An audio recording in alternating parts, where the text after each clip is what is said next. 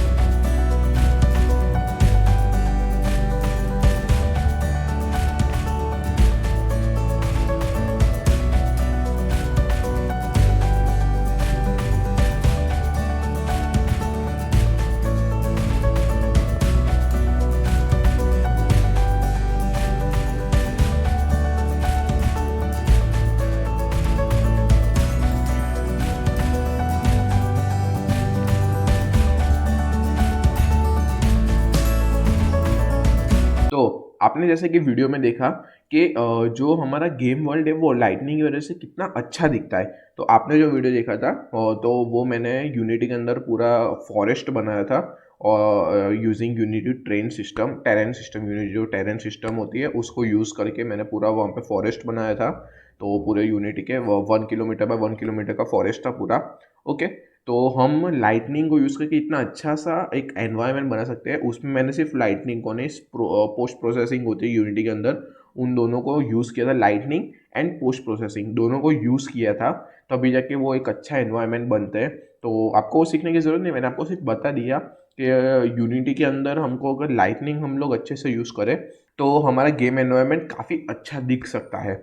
Okay, तो आपको एक अच्छी फील आ सकती है कि वाह मैंने ये बनाया, ऐसा एनवायरनमेंट बनाया है। ओके, आज के वीडियो में हम देखेंगे ये कौन सी टाइप की लाइटनिंग्स होती है। 4 टाइप की लाइटनिंग्स आज के वीडियो में हम कवर करने वाले हैं। ओके, और मैं आपको बता दूं कि ये हमारा यूनिटी बेसिक ट्यूटोरियल का यहाँ से ये लास्ट वीडियो तो नहीं बोलूँगा, पर इसके बाद भी अगर कोई वीडियो आएंगे तो मैं डालता रहूँगा। पर हम लोग इसके बाद मैं सी शार्प ट्यूटोरियल की सीरीज स्टार्ट करने वाला हूँ। तो क्योंकि हम लोगों को प्रोग्रामिंग जल्दी से सीखनी होगी आगे जाके हम हमारा फर्स्ट गेम बना सकें। ओके, तो हम लोग सी शार्प प्रोग्रामिंग में जल्दी मूव करेंगे, और अगर कोई टॉपिक रहा होगा तो उसके ऊपर मैं वीडियो बनाता रहूँगा। ओके, तो आज का वीडियो हम शुरू करते हैं।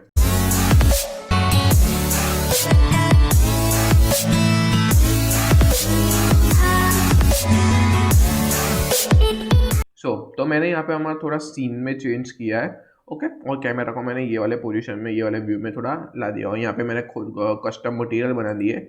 ये टेस्टिंग मटेरियल जो मैंने क्यूब पे डाला हुआ है, और ये प्लेन मटेरियल जो मैंने प्लेन पे डाला हुआ है। ओके, तो मैंने इसका थोड़ा ग्रेइश कलर दिया है प्लेन को, और क्यूब को थोड़ा मैंने ब्लूइश का कलर दिया है।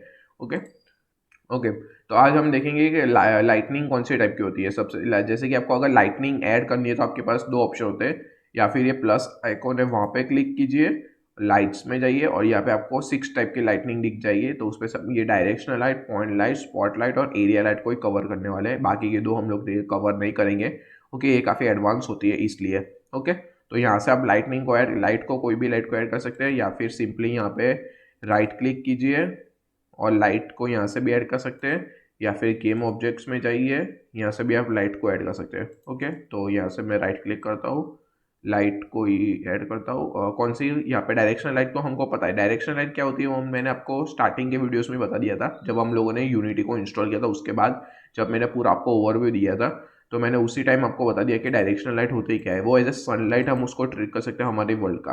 ओके, तो ये हमारे वर्ल्ड का सनलाइट है। जैसे कि देखिए कलर का कितना इफेक्ट आ चुका है, ये कुछ अंधेरे जैसा लग रहा है। ओके, तो ये हमारी गेम की सनलाइट आप ट्रीट कर सकते हैं। तो मैं अभी के लिए पॉइंट लाइट को एक ऐड करता हूँ। पॉइंट लाइट क्या होती है मैं आपको समझाऊँ तो अ, देख लीजिए, पॉइंट लाइट को मैं थोड़ा समझाऊँ आपको। सॉरी, प्लेन को मैंने ऊपर ला दिया। पॉइंट लाइट, ये देखिए, ये ग्लूम इफेक्ट आ रहा है, कुछ देखा एक जगह पे काफी ज्यादा एक कुछ लाइट सा काफी जगह दे, जैसे कि ये देखिए, थोड़ा सा पीछे लाओ तो ये देखिए, अभी मैं इसकी इंटेंसिटी जैसे ही बढ़ाऊंगा ना थोड़ी, तो इतना ज़्यादा ये देखिए कितना आ रहा है। तो आप यहाँ पे ये किसके लिए यूज़ कर सकते हो, बल्ब के लिए। अगर आप कोई गेम बना रहे हो, उसके अंदर आपने बिल्डिंग्स बनाए, उसके अंदर डिफरेंट रूम्स है, तो उसके अंदर आप एक बल्ब जैसा कुछ अगर आपको लगाना है, तो उसके अंदर आप ये वाली लाइटनिंग को यूज़ कर सकते हो। ओके, और चाहो तो मैं इसकी रेंज भी बढ़ा सकता हूँ। ओके, तो वो इतना उतने जगह पे स्प्रेड होना स्टार्ट हो जाएगा। ओके, तो ये होता है पॉइंट लाइट।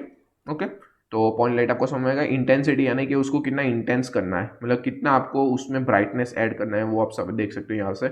ओके, तो ये होता है। यहाँ पे क्या लिखा है, रियल टाइम इनडायरेक्ट बाउंस, मतलब यहाँ पे जो रियल टाइम है ना, वो indirect bounce does not support for a spotlight. अब स्पॉटलाइट के सपोर्ट नहीं है, तो हम लोग इसको बेक पे कर देंगे तो ये चला जाएगा। तो बेक क्या होता है मैं आपको वीडियो के एंड में समझा दूंगा, जब हम 4 के 4 लाइट को एक बार देख लेंगे उसके बाद। ओके, तो हम अभी इंटेंसिटी को, मैं भी 3 में भी काफ़ी ज़्यादा इफेक्ट दिख रहा है, देखा। तो ये एक आप स्पॉटलाइट की तरह ट्रीट कर सकते हो, देखा, एक स्पॉटलाइट जैसा आपको कुछ दिख रहा है। जैसे कि मैं इसको दूर ले जाऊंगा तो ये इसका इफेक्ट कम होता जाएगा, बट जैसे इसको मैं पास लेके आऊंगा इसका इफेक्ट बहुत ज़्यादा बढ़ता जाएगा। ओके, तो आप ये पॉइंट लाइट आपको समझ में आ गई। ओके, तो अभी पॉइंट लाइट को मैं डिलीट कर रहा हूँ, तो डिलीट, वापस ऐड करता हूँ लाइट, स्पॉटलाइट। स्पॉटलाइट यानी कि आप इसको एज अ क्या बोलते हैं, स्ट्रीट लाइट। ओके, तो आप इसको स्ट्रीट लाइट की तरह ट्रीट कर सकते हो। ये देखिए, तो मैंने यहाँ पे क्या किया, ये जो स्पॉट लाइट थी उसको मैंने यहाँ पे क्यूब में गया, क्यूब का मैंने यहाँ से कॉपी किया कंपोनेंट्स। कॉपी करने के बाद ये मेरे सारे कंपोनेंट यहाँ पे जितने भी जो वैल्यू थी वो सब मेरे कॉपी हो गए। स्पॉट लाइट में गया, यहाँ पे जाके मैंने पेस्ट कंपोनेंट के वैल्यू कर दिया। ओके, तो ये वो क्या यहाँ पे क्यूब के पॉइंट पे आएगा, बाद में मैंने उसको थोड़ा ऊपर खींच लिया, तो यहाँ पे आप देख सकते हैं एक स्पॉट लाइट की तरह ये क्रिएट हो रहा है। तो ये क्या हो, आपको यहाँ से पता चलता है कि देखिए एक ऐसे स्ट्रीट लाइट क्रिएट हो रहा है। तो यहाँ पे भी आप इसकी इंटेंसिटी को कंट्रोल कर सकते हो, देखा। ये देखिए कितनी इंटेंसिटी आपको रखनी है, देखा। ये आपको एक परफेक्ट स्ट्रीट लाइट जैसे फील दे रहा है। ओके, तो आप चाहो तो यहाँ से उसका रेंज, हाँ ये रहा रेंज है वो, सॉरी, स्पॉट एंगल बढ़ रहा है। ये स्पॉट एंगल ये वाला, देखा। तो ये कौन से कितने एंगल में आपको स्प्रेड करवाना है वो, उसके लिए आपको चाहिए तो ये, तो मैं इसको अभी के लिए तो 30 रख रहा हूँ। ओके, तो 30 बेटर है। और रेंज देखिए, तो रेंज भी काफ़ी, मतलब कहाँ कितना नीचे तक आपको करवाना है, तो उतना ज़्यादा ये नीचे तक चला जाएगा। ये जितना मैं इसको कर रहा हूँ उतना छोटा होता है, और जितना रेंज बड़ा था उतना ज़्यादा बड़ा होता है। तो अभी के लिए मैं इसको वापस टेन कर रहा हूँ। ओके, तो यहाँ पे बोल रहा है real time indirect bounce shadow is not supported for spotlight. तो यहाँ पे भी बेक करना पड़ेगा हमको। ये बेक क्या होता है मैं आपको लास्ट में समझा दूंगा। ओके, तो स्पॉटलाइट भी आपको समझ में आएगा कि एक आपको कोई इफेक्ट क्रिएट करना है कहीं पे भी, तो उसके लिए स्पॉटलाइट को हम यूज करते हैं। ओके, तो उसको मैं अभी delete. So guys, I hope आपको यहाँ तक समझ में आ गया होगा। अभी जो हमारी लास्ट लाइट बची है वो है एरिया लाइट। अभी एरिया लाइट को मैं पहले सबसे पहले ऐड कर रहा हूँ, तो लाइट, लाइट में गया और एरिया लाइट। Okay, great. तो मैंने यहाँ पे एरिया लाइट को ऐड कर लिया, तो यहाँ पे भी उसकी सेम प्रॉपर्टीज है, पर यहाँ पे आप देख सकते हो एक शेप का ऑप्शन आ गया है। तो ये जैसे कि शेप को मैं आपको समझाना है, थोड़ा सा ऊपर कहाँ पे गई, ये रही। ओके, तो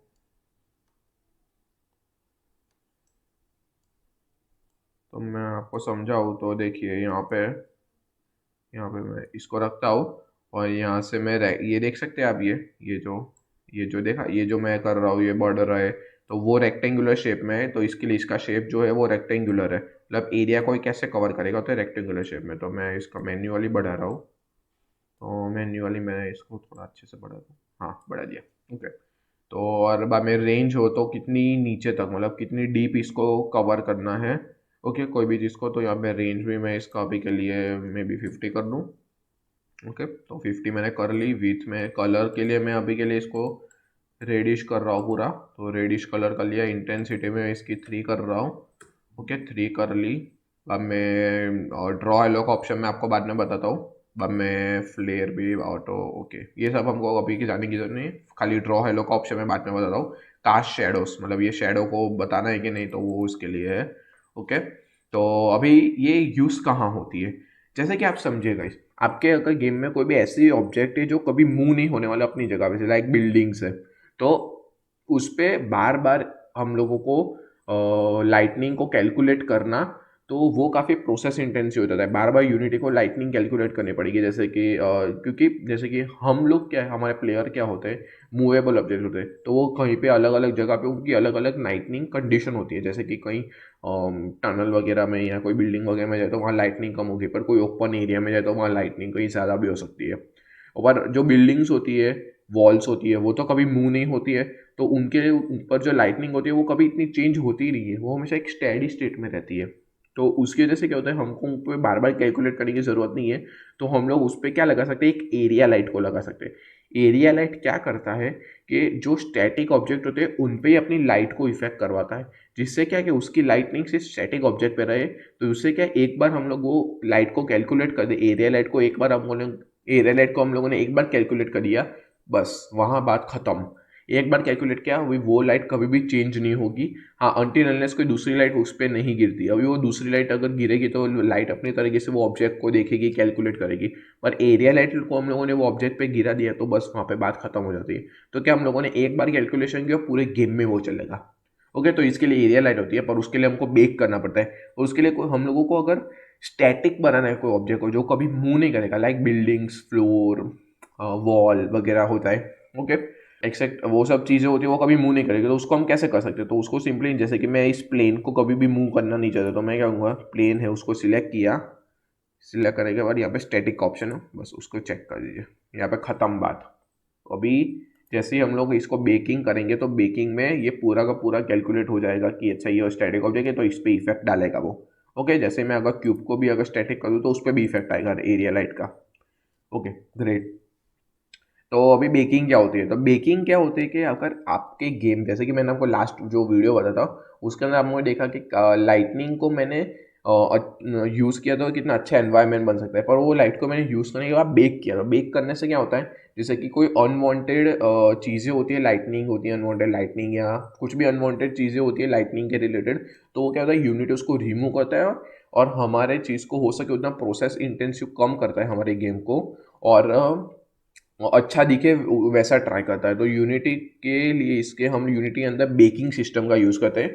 तो इसलिए हमको हर हमारी गेम को बेक करना ही चाहिए। जब भी हमारी गेम खत्म हो जाए, अगर वो 3D गेम है तो उसको बेक करना ही चाहिए। ओके, और बेकिंग क्या होता है, जब हमारी गेम फुल्ली रेडी होती है तो वो हमेशा वो लास्ट में होता है, लास्ट स्टेप होता है हमारा बेकिंग।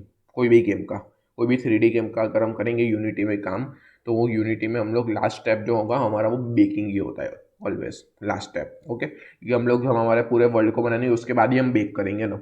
ओके, स्टार्टिंग में तो बेक करेंगे नहीं, तो उसके लिए हम बेकिंग यूज़ करते हैं। तो अभी बेकिंग काफ़ी प्रोसेस इंटेंस होता है, तो आप अपने कॉन्फ़िग को देख लीजिए, कंप्यूटर और लैपटॉप के कॉन्फ़िग को एक बार देख लीजिए। अगर आप उसमें कर सकते हैं तो ही कीजिएगा। ओके, तो मैं आपको बता दूँ बेकिंग कैसे करते हैं। तो रेंडरिंग में जाना है आपको, यहाँ से विंडो, रेंडरिंग, लाइट सेटिंग्स, यहाँ पे, हाँ ओके, यहाँ पे के लिए मैं ग्लोबल एल्यूमिनेशन ये ऑन कर दूँ, ग्लोबल एल्यूमिनेशन। अब मैं जनरेट लाइटिंग,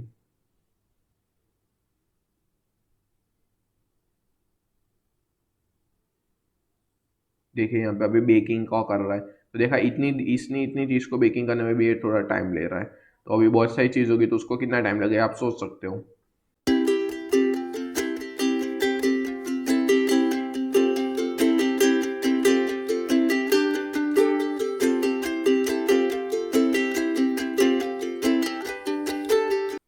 ओके, तो हमारा जो लाइटनिंग है वो बेक हो चुका है। तो अभी आप देख सकते हो कितना कूल इफेक्ट दे रहा है ये हमको, कितना ही ज़्यादा कूल। अगर आप इसको अच्छे से यूज़ करेंगे तो वाह ले वाह, मज़ा ही मज़ा। देखो अभी मैं इसको कितना चाहूँ हिला लूँ, कोई भी कुछ भी कर लूँ, तो यह हिलने से यहाँ से टच से मस्त नहीं होगी इसकी लाइटिंग। यहाँ पे जो इफेक्ट दिख रहा है वही का वही इफेक्ट यहाँ रहने वाला है। एक बार वंस वी बेक तो उसके बाद लाइटनिंग एक बार कैलकुलेट हो चुकी है उस पर, तो एरिया लाइट को आप चाहो तो फिर ऑफ भी कर दीजिए, उसका कुछ इफेक्ट नहीं होने वाला। ऑफ हो चुका है फिर भी ये देखा, ये लाइटनिंग इफेक्ट रहने वाला है। ओके, तो मैं डिलीट भी कर दूँ तो अभी इसका कोई इफेक्ट नहीं जाने वाला। लाइटनिंग इफेक्ट में एरिया लाइट को अगर आप यूज़ करोगे तो उसका लाइटनिंग इफेक्ट है वो वंस यू बेक, तो उसके बाद वो हमेशा रहने वाला है, क्योंकि उसको पता है कि ऑब्जेक्ट मैंने जो ऑब्जेक्ट पर लाइटनिंग दी है वो कभी चेंज नहीं होने वाली।